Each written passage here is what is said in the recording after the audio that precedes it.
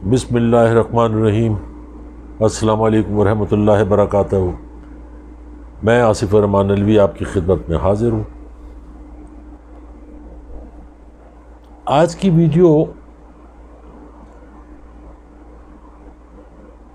Police के ऊपर है। एक ऐसा इदारा जिसे हमने खुद तबाह किया।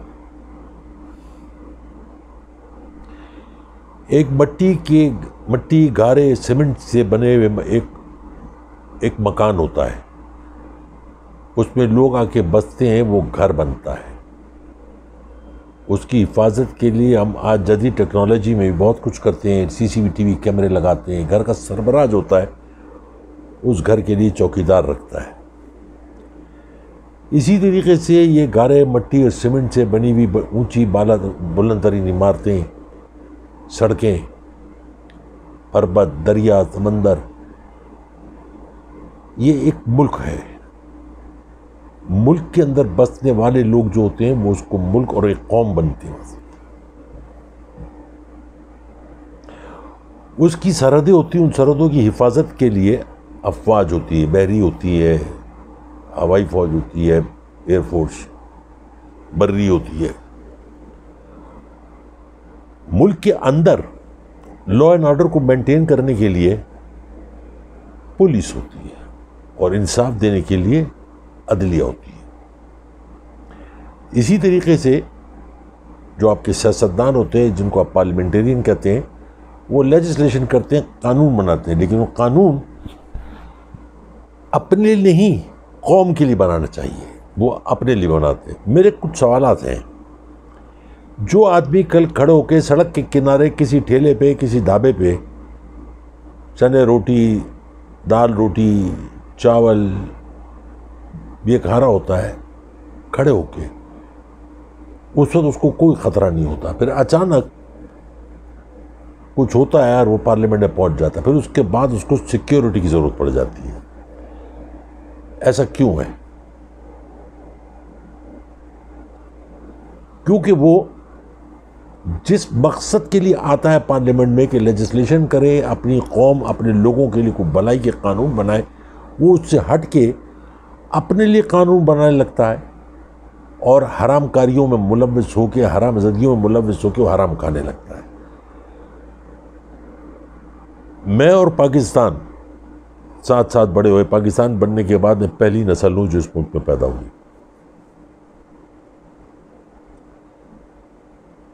मैंने जो पुलिस देखी, या यूं कहूँ कि जो मैंने मुल्क देखा वो आप लोगों ने नहीं देखा, या जो मैंने पुलिस देखी वो आप लोगों ने नहीं देखी। क्या पुलिस होती थी, क्या इदारा होता था, क्या कानून होता था। एक एसपी होता था पूरे कराची में और वो उसको संभालता था। उस ज़माने में टांगे के ऊपर लैंप्स लगे होते थे, उसका भी पीछे एक नंबर लगा होता था। साइकिल के ऊपर लाइट लगी होती थी, उसके भी एक नंबर होता था, रजिस्ट्रेशन होती थी। आज गाड़ियों पे भी नंबर नहीं होता। किसी के ऊपर एमपीए लिखा होता है, किसी के ऊपर बैरिस्टर लिखा होता है, किसी के ऊपर जज लिखा होता है, किसी के ऊपर एमएनए लिखा होता है, कुछ सेनेटर लिखा होता है। अगर कुछ बचा है इस मुल्क में तो कुत्ती आवाम बची है। ये ही सारे अनोखे लाडले करप्ट तरीन माफिया, ये पुलिस फिर इनकी हिफाजत के लिए सड़कों पे, इनके घरों के बाहर जहाँ ये जा रहे हैं, इनके पीछे पसीने में शरोबार, अंदर चिल्लर चल रहे हैं, उस पर बैठ के मुर्ग़ मुसल्लम खाया जा रहा है। बाहर वो पुलिस वाला जो अपनी माँ का शायद अकलौता बेटा हो, अपनी बीवी का शौहर हो, 2 बच्चों का बाप हो, वो बाहर खड़ा होता है इन कमज़र्फ़ों की हिफाजत के लिए। आज मुझे कोई ना रोक सकता है, क्योंकि आज मैं बहुत दिल जला अंदर से कोड़ा बैठा हूं। वो अंदर बैठे हुए लोग ये नहीं सोचते कि इसने पानी पिया, इसने खाना खाया, ये भी इंसान है। 24 घंटे, कभी कभार 36 घंटे, कभी कभार 48 घंटे ड्यूटी होती है इनकी। इनके घर में कब बच्चा पैदा हुआ, कब बड़ा हो गया, इनको ये भी नहीं पता चलता। कभी कभार बीवी से मुलाकात होती है, बच्चों से मुलाकात होती है, जहां दूसरे फैक्ट्रियों में, कारोबार के इलाकों में जहां 3 शिफ्ट होती है, वहां इनके लिए क्यों नहीं होती? मैं आज पुलिस को बिल्कुल खराब नहीं कहूंगा, क्योंकि वो खराब नहीं है। इनको खराब करने वाले आपके वोटों से आने वाले बेगैरत तरीन सियासतदान हैं। इनकी मजबूरी होती है कि क्योंकि कानून ऐसा नहीं है, इनकी मजबूरी होती है कि उनके कहने पर, उनके भौंकने के ऊपर ये खड़े होते हैं और उनके लिए काम करते हैं। अगर वो नहीं करेंगे, उनका ऐसी जगह तबादला हो जाता है कि घरों में भी 2-2 साल नहीं आ सकते। खुड्डे लाइन लग जाते हैं, लाइन हाजिर हो जाते हैं, तनख्वाहें बंद हो जाती हैं, और वो गरीब सिपाही, वो गरीब पुलिस वाला उस खौफ से इनके हर गलत काम को मानता है। इन्होंने अपने प्राइवेट टॉर्चर सेल बनाए हुए हैं। पुलिस को मजबूरन इनकी मदद करनी पड़ती है। मुझे नहीं मालूम आप में से कितने लोगों ने इनके घर देखे। मैंने इनके बहुत सारे घर देखे। मैं यकीन से कह सकता हूं कि आप इनके घर में 1 मिनट नहीं बैठ सकते। प्लास्टर उतरा हुआ, गटर की पाइपलाइनें बह रही, दीवारों पर गंदा पानी, फर्श टूटा हुआ। यह है पुलिस की रिहाइश, पुलिस का क्वार्टर, जो आपके लिए खड़े होते हैं। सर्दी हो, गर्मी हो, बारिश हो, तूफान हो, आपके लिए सड़क पे खड़े होते हैं और इतना जलील होती हैं। रोजाना पूरे मुल्क में कई पुलिस वाले शहीद कर दिए जाते हैं। बाजू पे पट्टियां बांध ली जाती हैं, उसको थोड़ा सा मुआवजा दे दिया जाता है, 3 दिन का खामोशी होती है, उसके बाद दूसरे की बारी। क्या आपने इनकी इलाज की सहूलतें देखी हैं? बहुत सारे पुलिस वाले ऐसे हैं जो नौकरी में रहने के वक्त वर्दी में जख्मी हुए, टांग कट गई, बाजू अब बेकार हो गया, इलाज नहीं हुआ। इन हरामजादों के इलाज भी होते हैं, सियासतदानों के। ये कुत्ते के बच्चे मुल्क से बाहर भी जाते हैं।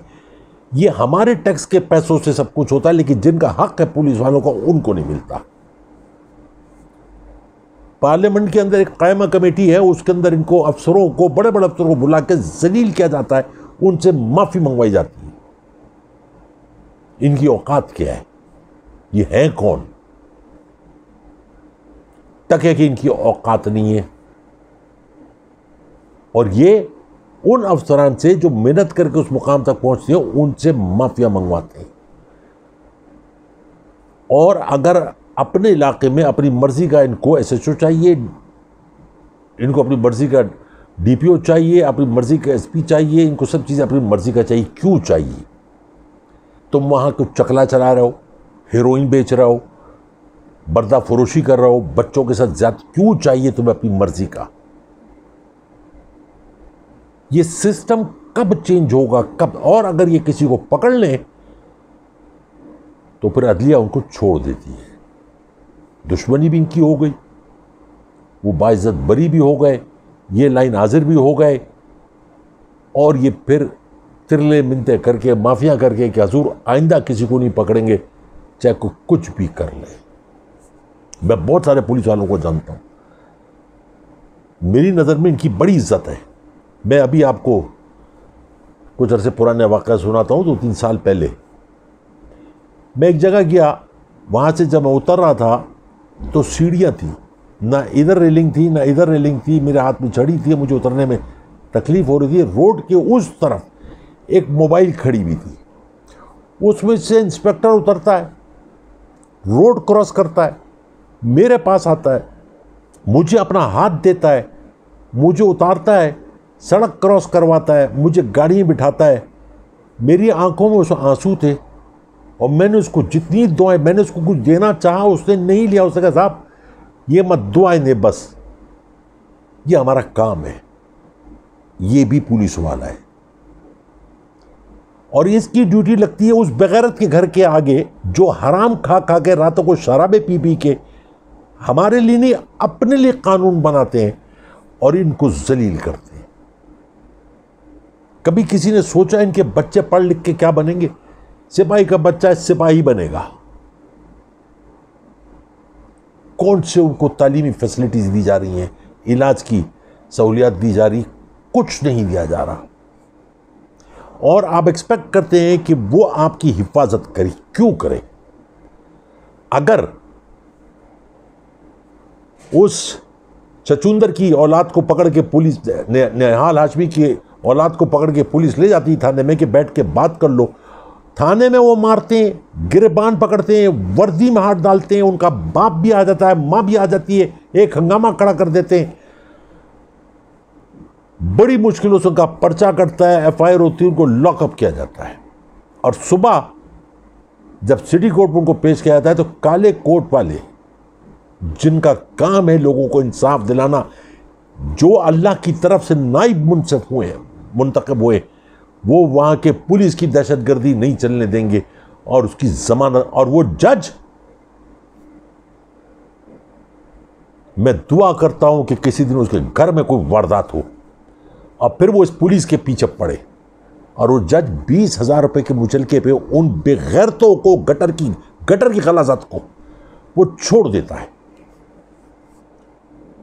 ये है आपके मुल्क का कानून,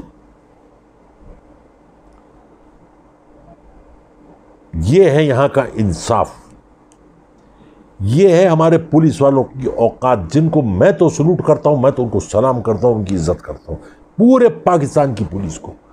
मुझे से कोई सरोकार नहीं, कौन कौन सी जबान बोलता है, कौन किस मजहब का है, क्या करता है, मुझे से कोई सरोकार नहीं।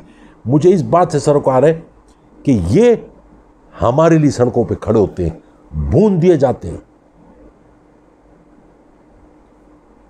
कौन इनको पूछता है?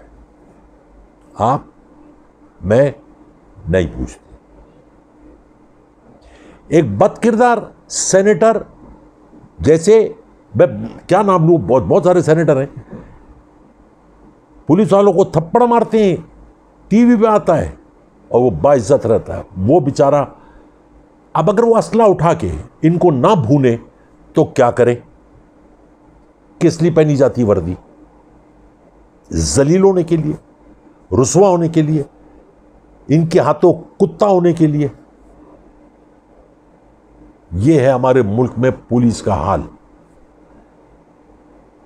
हम छोटी छोटी बातों को तो देखते हैं कि फला होटल में जाके उसने मुफ्त की रोटी खा ली, फला जाके उसने लस्सी पी ली, फला जाके उसने चाय पी ली। ये काम किसका है? हुक्मरानों का। इज्जत से रोटी दो, तुम देने वाले नहीं हो, तुम वसीला हो। रोटी वो देता है, मगर उसके हिस्से की रोटी भी तुम खा जाते हो। क्या वर्दी धुलवाने के पैसे मिलते हैं? नहीं मिलते। हाल देखो उन बेचारों का, एक ही वर्दी हफ्तों चलाते हैं, उस काली वर्दी में, यहां की वर्दी में पसीने के निशान होते हैं। क्या बच्चा जब पैदा होता है उनको उनका ख्याल रखा जाता है? जच्चगी के पैसे दिए जाते हैं? नहीं दिए जाते। वो सब तुम्हारे, आप लोगों के चुने हुए MNA MPA खा जाते हैं।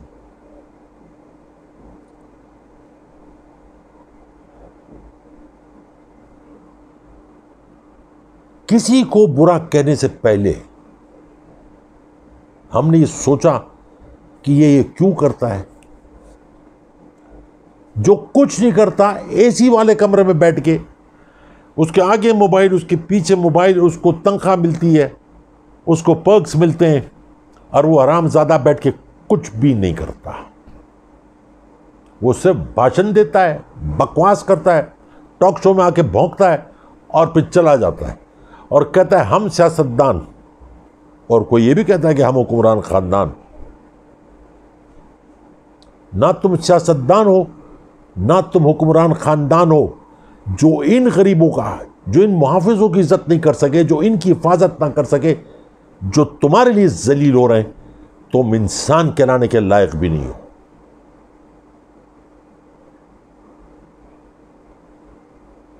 कोई नहीं सोचता।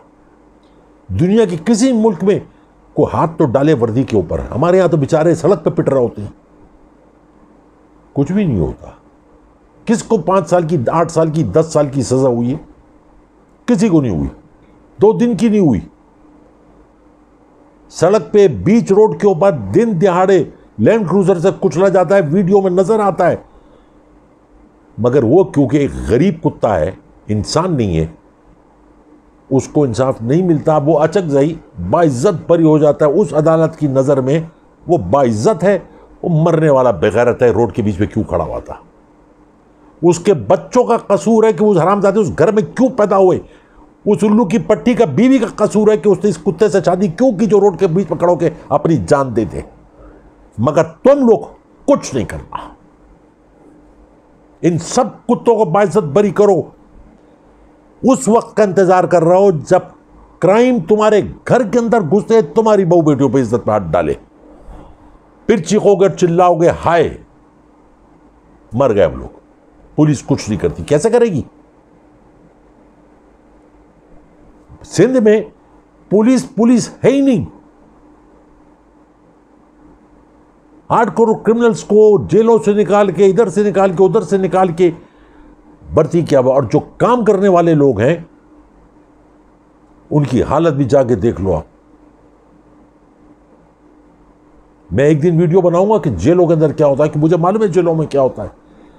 लेकिन आज मैंने पुलिस पे इसलिए बनाया कि मेरा दिल रो रहा था, 2 दिन से मैं सो नहीं सका सही तरीके से, कि यार मेरे मुल्क की पुलिस का ये हाल है कि थाने में घुस के गटर के 2 चूहे अपने बाप के साथ मिलकर पुलिस को जलील कर रहे हो, पुलिस कुछ नहीं करी, और बाहर नून लिख के गुंडे आगे खड़े हो जाएंगे, हम दीवार तोड़ देंगे, थाने पे कुछ जाओ उल्लू के पट्टो। और हमारे अफसरान आईजी, डीआईजी, सीसीपीओ ये वो हुक्म का इंतजार कर रहे हैं कि ऊपर से क्या हुक्म आता है। ऊपर से जो हुक्म आया वो तुम लोगों देख लिया।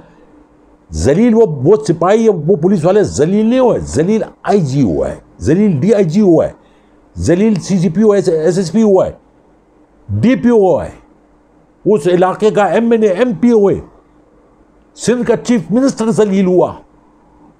ये उसके मुंह पे पेशाब किया कि उसकी हुक्मरानी में उसके मातहतों के साथ ये हो रहा है। मेरे घर के में जो मेरे खिदमतगार हैं, कौन ऊंची आवाज से को बात करके देख ले, मेरा मेहमान भी नहीं कर सकता, क्योंकि वो मेरे बच्चे हैं।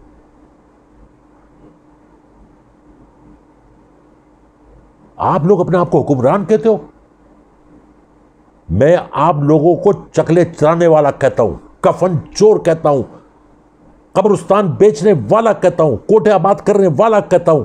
जो अपने मुल्क के मुआवजों की इजाफत से हिफाजत ना कर सके, वो शख्स को इंसान कहना इंसानियत की तौहीन है।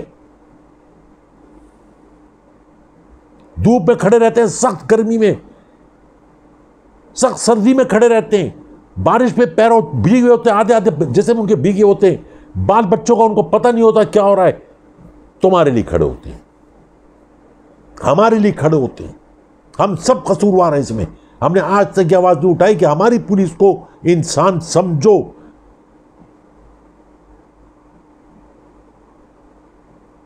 ये इंसान है, इनकी रगों में भी वही खून दौड़ता है जो हमारा है। इनके बच्चों को भी पढ़ने का हक है, इनके घर में भी खुशियां आनी चाहिए। कोई नहीं सोचता। और अगर किसी के भाई को चोरी की गाड़ी के साथ पकड़ लिया जाए तो कायमा कमेटी में बुला के उससे माफी मंगवाई जाती है। आवाम से मैं कहता हूं, जाग जाओ।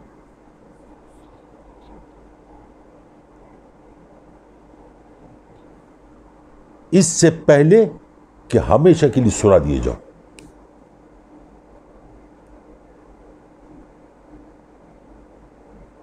मैं मायूस नहीं हूं, मैं नाउमीद नहीं हूं। मुझे मालूम है ये होना है, बदलना है। मैं सिर्फ ये कहता हूं, कल होने से बेहतर है आज करो, आज होने से बेहतर है अभी करो।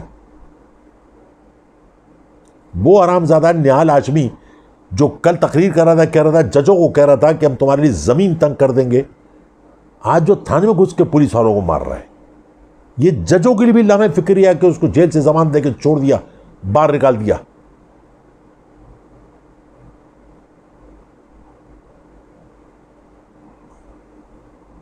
और मैं काले कोट वालों से कहता हूं, खुदा रसूल के वास्ते अपनी औलाद के सदक़े अभी भी वक्त है, लौट जाओ, अल्लाह और अल्लाह के रसूल की तरफ लौट जाओ और इंसाफ का साथ दो। ये मत कहो कि ये काला कोट है, ये हमारी इज्जत ही नहीं, वो तुम्हारी इज्जत को रुसवा कर रहा है। मेरा एक तजर्बा एक वकील के साथ बहुत बुरा हुआ, मैं सुना नहीं सकता यहां पर, मगर मैंने सारे वकीलों को बुरा नहीं कहा, बहुत अच्छे अच्छे वकील हैं, मेजॉरिटी अच्छे लोगों की है, लेकिन जो उस दिन देखा उससे इंसानियत भी शर्म आ गई। फूल फेंके जा रहे हैं।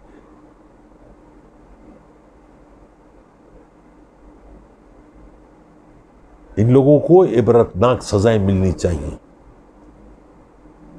इन लोगों को वो जिंदगी देनी चाहिए जो जिल्लत आमेज हो। इनकी जायदादें जब्त कर लेनी चाहिए।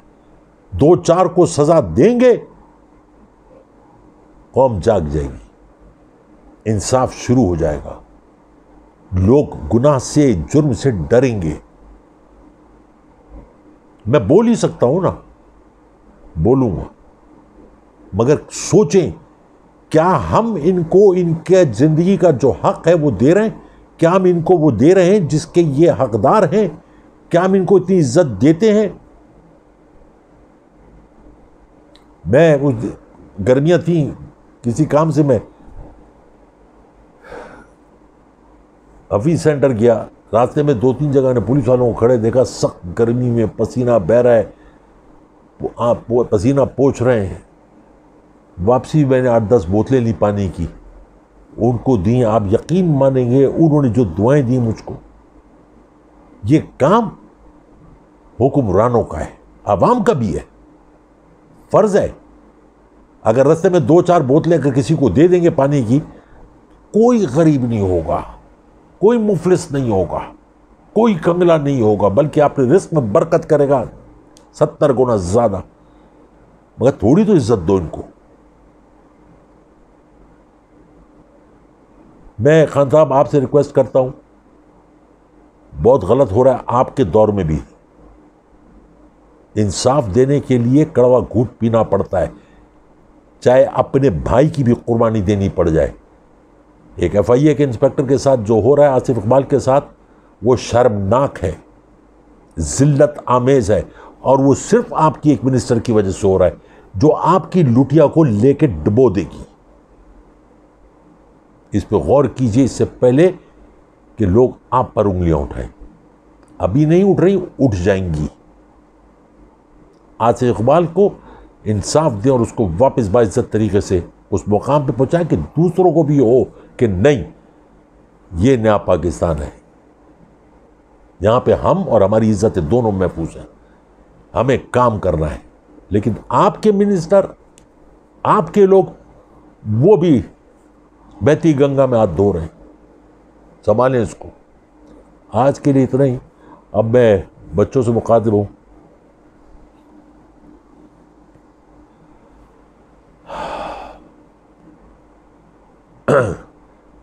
हम बहुत सारे फैसले करते हैं, अपने घर वालों से मशवरा करते हैं, कुछ वो फैसले मानते हैं, कभी वो मशवरा देते हैं, और बाज़ औक़ात they put their foot down and immediately कह देते हैं नो। उस नो को अपनी अना का मसला मत बनाओ।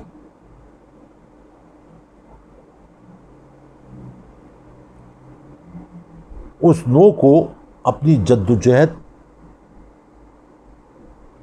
अपने गोल को हासिल करने की ताकत बना लो। माँ बाप हैं, उनके साथ तो आप कुछ नहीं कर सकते, कोई भी नहीं कर सकता। मैं अभी मेरी वालदा का इंतकाल हो, इस उम्र में मेरे को ऐसा डांट दिया करती है जैसे मैं 7 साल का बच्चा हूँ। लेकिन अब मुझे मालूम है ना कि अब वो नहीं है, तो अब मैं रोता हूँ कि अब मुझे डांटने वाला कोई नहीं है। तो इनकी डांट, इनका प्यार, इनकी मोहब्बत, इनका अपना एक अंदाज है। इनके इनकार को आप अपनी आना का मसला मत बनाएं। आप इसको अपने गोल अचीव करने के लिए, अपना टारगेट हासिल करने के लिए मेहनत करें, जुस्तजू करें, और उनको साबित करें कि उनका ये फैसला गलत था। ऊंची आवाज में नहीं, बदतहजीबी में नहीं। हर माँ बाप चिराग सहर होते हैं, जाना है, सबने जाना है। आपने माँ बाप बन जाना है। आप मुझ में अपना आने वाला देख लें दौर, और अपने बच्चों में अपने कल का, उनमें मुस्तकबिल देख लें। आपको एहसास हो जाएगा कि आपके माँ बाप बाज़ औक़ात हालात से डर के भी गलत फैसला कर, जैसे बेटी को बाहर पढ़ने के लिए जाने के लिए नहीं देना, हालात ऐसे हैं। थोड़ा सा माँ बाप को मार्जिन दें, उनको कन्विंस करने की कोशिश करें। मैं फिर कह रहा हूँ, ऊंची आवाज़, गुस्सा, बातचीत बंद करने से मसला नहीं हल होता। उनको ये एहसास दिलाएं कि आप उनकी औलाद हैं और आप ऐसा कोई काम नहीं करेंगे जिससे उनकी इज्जत पर कोई हर्फ आए। जिस दिन आपके माँ बाप को ये एहसास हो गया, उस दिन आपने समझ लिए कि 90% अपना मसला हल कर लिया। बाकी 10% आपकी जुस्तजू है, आपकी मेहनत है और आपका फोकस होना है। आज के लिए इतना। अपनी दुआओं में, प्यार में, मोहब्बत में याद रखें। बहुत सारा प्यार, मोहब्बत, दुआएं। अल्लाह ने ज़िंदगी दी, कर इंशाअल्लाह फिर हाजिर हूँ। अस्सलामु अलैकुम व रहमतुल्लाहि व बरकातहू।